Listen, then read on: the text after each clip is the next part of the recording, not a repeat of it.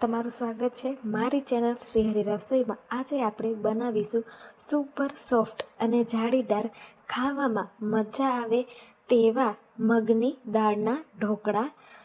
સવારની ઉતાવળમાં એકદમ પરફેક્ટ છે આ નાસ્તો। બસ મિક્સ કરો અને 10 મિનિટમાં રેડી। તો એના માટે આપણે પહેલાંથી રાતે દાળ અને ચોખાને પલાળવા પડે છે। તો મેં અહીંયા 1 કપ ભરી અને મગની મોગર દાળ આપણે કહેતા હોઈએ છીએ તે લઈ લીધી છે। અને ત્યારબાદ 1/4 કપ જેટલા ચોખા લઈ લીધા છે। આ એકદમ પરફેક્ટ માપ છે ઢોકળા માટે।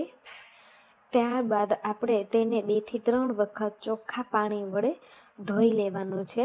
અને ચોખા અને દાળ ડૂબે ત્યાં સુધી આપણે તેની અંદર પાણી ભરી અને પલાળવા માટે મૂકી દઈશું।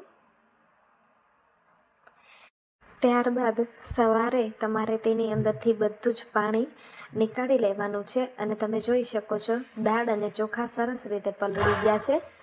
હવે આપણે તેને મિક્સર જારની અંદર એડ કરી દઈશું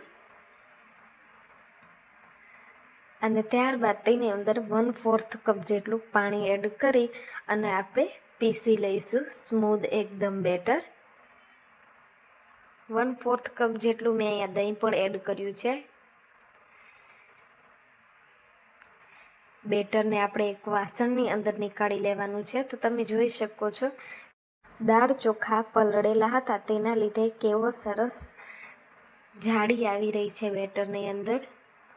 બધું જ બેટર મેં અહીંયા પીસી અને તૈયાર કરી લીધું છે। ત્યારબાદ તેની અંદર એક ઝીણું કાપેલું તીખું મરચું એડ કરીશું। ત્યારબાદ આપણે આદુ જે છે તેને કદ્દુકસ કરી લેવાનું છે।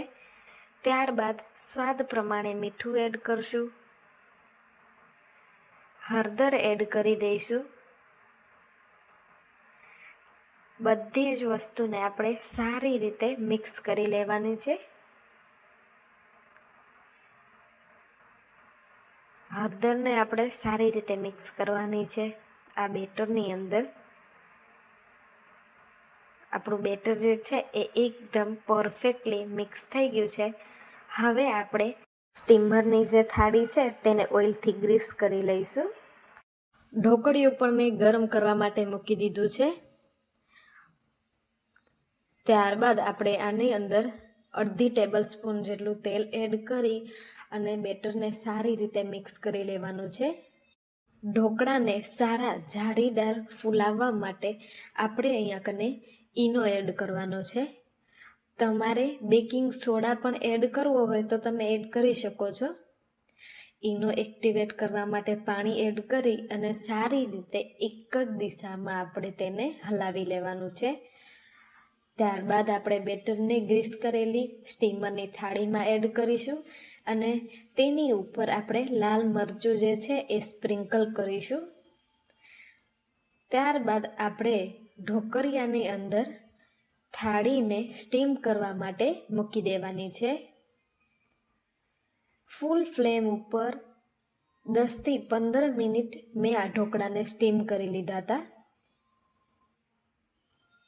તો તમે જોઈ શકો છો 10 થી 15 મિનિટ થઈ ગઈ છે। ત્યારબાદ આપણે ચાકુ વડે ચેક કરી લઈશું કે આપણા ઢોકળા જે છે એ બરાબર રીતે કૂક થઈ ગયા છે કે નહીં।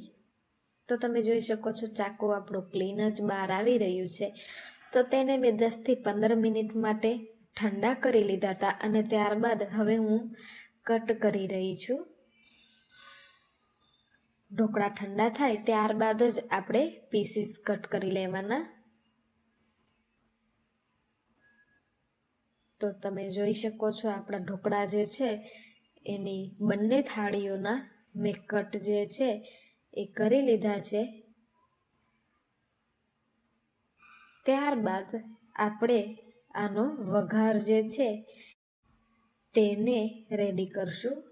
તો તમને હું તાવીથા વડે ઢોકળા બહાર નીકાળી અને બતાવું છું કે કેવા સરસ સ્પોન્જી જાળીદાર આપણા ઢોકળા બની અને તૈયાર થયા છે। તો હવે આપણે ઢોકળાનો વઘાર કરવા માટે વઘાર્યું ગેસ ઉપર મૂકી દીધું છે. તેનામાં આપણે તેલ એડ કરીશું, ત્યારબાદ રાઈ એડ કરશું. રાઈ સારી રીતે તતડી જાય ત્યારબાદ તેની અંદર જીરું, તલ, મીઠા લીમડાના પાન એડ કરીશું. મને હમણાં જ એક વિડીયોની અંદર કમેન્ટ આવી હતી કે વઘારની અંદર લીમડાનો પ્રયોગ. તો જી હા, ગુજરાતમાં વઘાર જે આપણે ઢોકળાનો કરતા હોઈએ છીએ તેની અંદર લીમડાનો ઉપયોગ ભરપૂર માત્રામાં કરીએ છીએ, જેનાથી આપણા ઢોકળા જે છે તેની અંદર બહુ જ સરસ એવો ટેસ્ટ આવે છે. આપણા ઢોકળા જે છે એ બની અને તૈયાર થઈ ગયા છે. તો ગરમા ગરમ તમે આ ઢોકળાને સર્વ કરો. તમે લસણની ચટણી સાથે પણ આ ઢોકળાને ખાઈ શકો છો.